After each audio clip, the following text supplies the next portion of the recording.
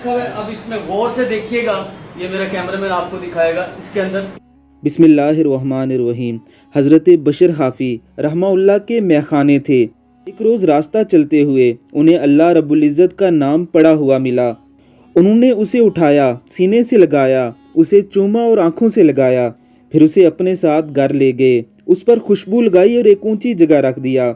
अल्लाह रब्बुल इज़्ज़त को उनकी ये अदा इतनी पसंद आई कि वो वक्त के औलियाए कामलीन में से गुज़रे हैं। कहते हैं कि बशर हाफ़ी ने उसके बाद सारी ज़िंदगी जूते नहीं पहने, कहीं नादानिस्ता तौर पर अल्लाह के नाम की बेहुरमती ना हो जाए। इन रास्तों पर बशर हाफ़ी चलते थे।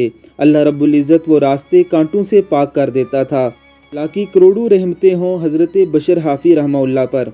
नाज़रीन कराम, ये किस्सा सुनाने की ज़रूरत इसलिए पेश आई कि पाकिस्तान में जूते सप्लाई करने वाली कुछ कंपनियां ऐसी भी हैं जो दानिस्ता तौर पर अल्लाह रब्बुल इज़्ज़त के नाम और मोहम्मद सल्लल्लाहु अलैहि वसल्लम के नाम की बेहुरमती कर रही होती हैं। ये एक इंटरनेशनल कंपनी है। इसके बनाए हुए जूतों पर अल्लाह रब्बुल इज़्ज़त का नाम वाज़े तौर पर लिखा हुआ पढ़ा जा सकता है। ज़रा देखिए ये वीडियो। अब इसमें गौर से देखिएगा, ये मेरा कैमरामैन आपको दिखाएगा। इसके अंदर अल्लाह लिखा हुआ है और इसके अंदर बैक पे भी देखें, अगर गौर से देखेंगे ना, अगर आप मुसलमान हैं, अगर आपको अरबी आती है या उर्दू आती है तो ये लिखने को आपको मिलेगा। यहाँ पे अल्लाह लिखा हुआ है, गौर से देखें। अब मेरा गवर्नमेंट ऑफ पाकिस्तान से, प्राइम मिनिस्टर इमरान खान से ये मुतालबा है, अगर वो खुद को कहते हैं कि ये मदीना की रियासत है तो इस कंपनी को यहाँ पाकिस्तान में बैन हो।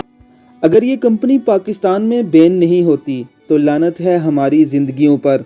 हमारा हुकूमत वक्त, मुक़्तदर इदारों, उलमाए कराम, अपनी अवाम और उन तमाम दुकानदारों से पुरज़ोर मुतालबा है कि खुदा के लिए इस कंपनी को पाकिस्तान में बैन करवाने में हमारा साथ दीजिए।